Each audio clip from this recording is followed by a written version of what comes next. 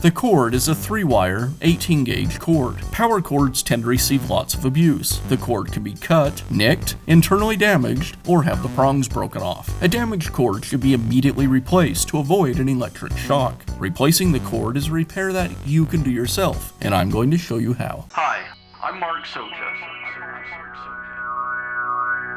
Do-it-yourself repairs like these are easier than you might think. From lawn machines to cordless drills, kitchen mixers, Outdoor grills. our how-to videos walk you through each repair from start to finish. So doing it yourself means never having to do it alone. Let's get started. I'll begin by removing the rear handle cover.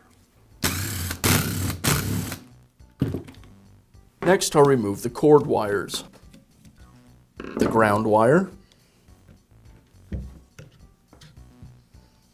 the black cord wire. To remove these wires, I'll insert a small screwdriver into the openings on the switch and twist it. That'll release the wire. Next, the white cord wire. Now I can remove the cord clamp. I'll use a screwdriver to pry the clamp open. And then I can pull it away from the wire. Now I'll remove the cord protector from the cord. Now I can begin installing the new cord. First, I'll reinstall the cord protector. Now I'll reinstall the cord clamp. I'll use the old cord as a guide to get the proper location for the clamp. Once in place, I'll tighten it with some pliers.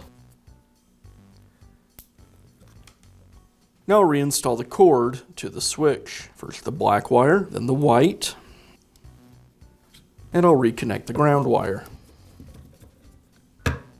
I'll place the switch back into the handle, place the cord clamp in the handle, and align the string relief. And then I'll make sure all of the wires are tucked out of the way so they don't get pinched when I reinstall the housing. And I'll finish up by reinstalling the rear housing.